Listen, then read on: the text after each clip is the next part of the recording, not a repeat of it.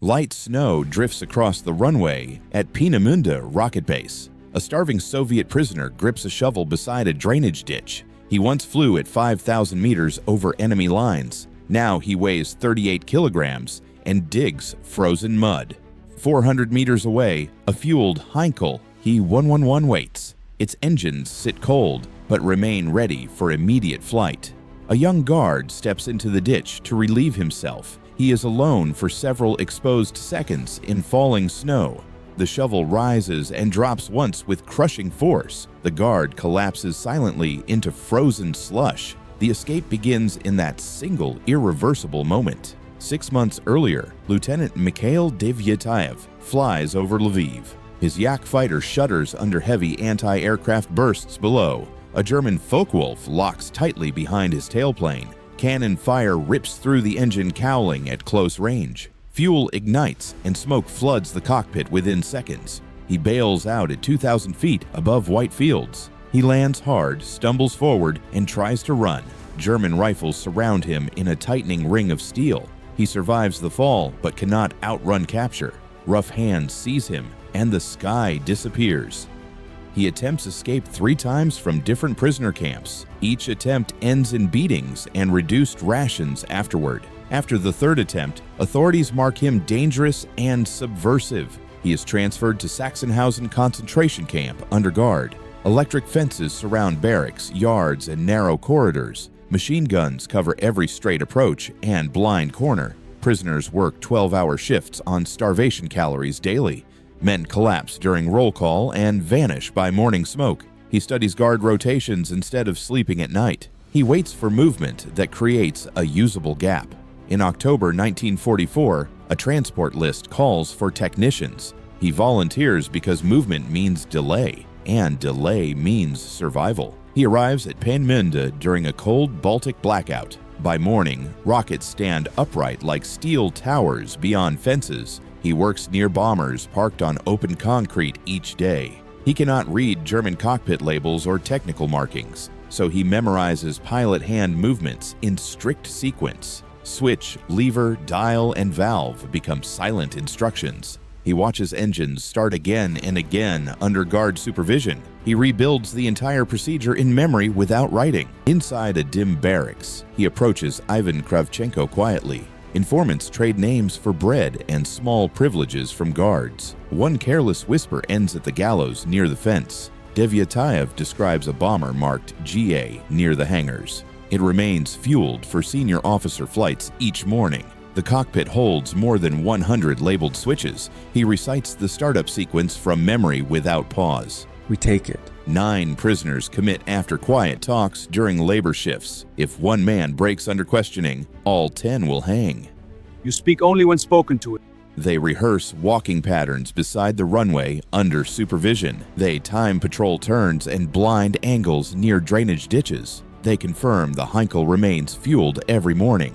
They choose February 8th and treat every hour as borrowed. Snow falls lightly during midday maintenance assignment. A new guard escorts them toward runway edge detail. He is young, inattentive, and unfamiliar with their faces. He steps into a drainage ditch away from tower sightlines. One controlled strike drops him instantly into shadow. They drag the body deeper and strip the uniform quickly. Time compresses because absence will be noticed soon. Kravchenko pulls the uniform over striped prison cloth. The column forms behind him in silent alignment. 400 meters ahead, the Heinkel waits alone. A Wehrmacht soldier approaches from a side path. Work detail. The soldier hesitates briefly beneath drifting snow. Then he steps aside without requesting identification papers. They keep walking because stopping would invite inspection. 2 mechanics work beneath the left wing panel. 2 precise strikes drop them silently into snow. WW2 climbs the cockpit ladder and seals the door. The instrument panel fills his view with German labels. An alarm begins faintly behind hangars and grows louder. Seconds now measure the shrinking margin of escape. Go. He flips the ignition switch but hears nothing respond. Wind rattles the cockpit glass under increasing tension. He scans for the missing steps seen in rehearsals. A battery lever sits low and remains disengaged. Battery. He pushes it upward with shaking fingers. Instrument lights flicker alive across the dark panel. He primes the left engine and engages ignition again. The propeller coughs, then catches unevenly into motion.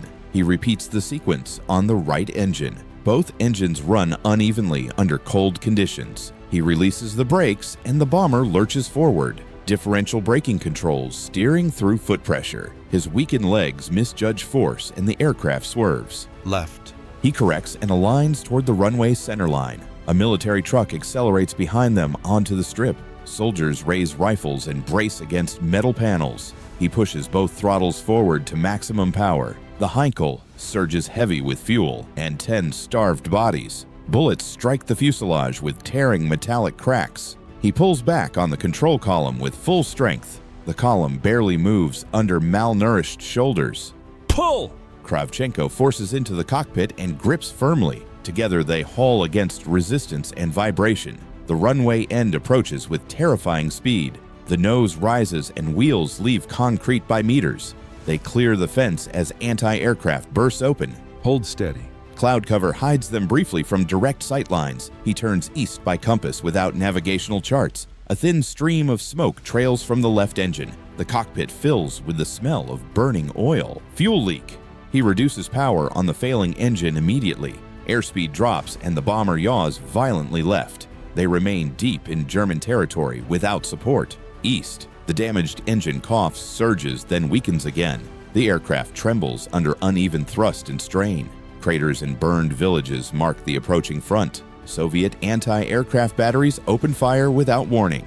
Tracer rounds climb upward toward the bomber's nose. They are now between German and Soviet guns. A direct hit strikes the left engine cowling. Flames burst outward along the wing root. The propeller slows, then freezes completely. Field. Altitude disappears rapidly beneath falling smoke. He cuts fuel to the burning engine immediately. The remaining engine strains at full power. Soviet trenches appear clearly below their path. He aims for a snow-covered field short of them. There is no second attempt in this approach. The Heinkel strikes ground with brutal force. Landing gear collapses and the belly scrapes ice. The impact drives breath violently from his lungs. Metal tears open along the fuselage underside. Snow explodes across the windshield in blinding spray.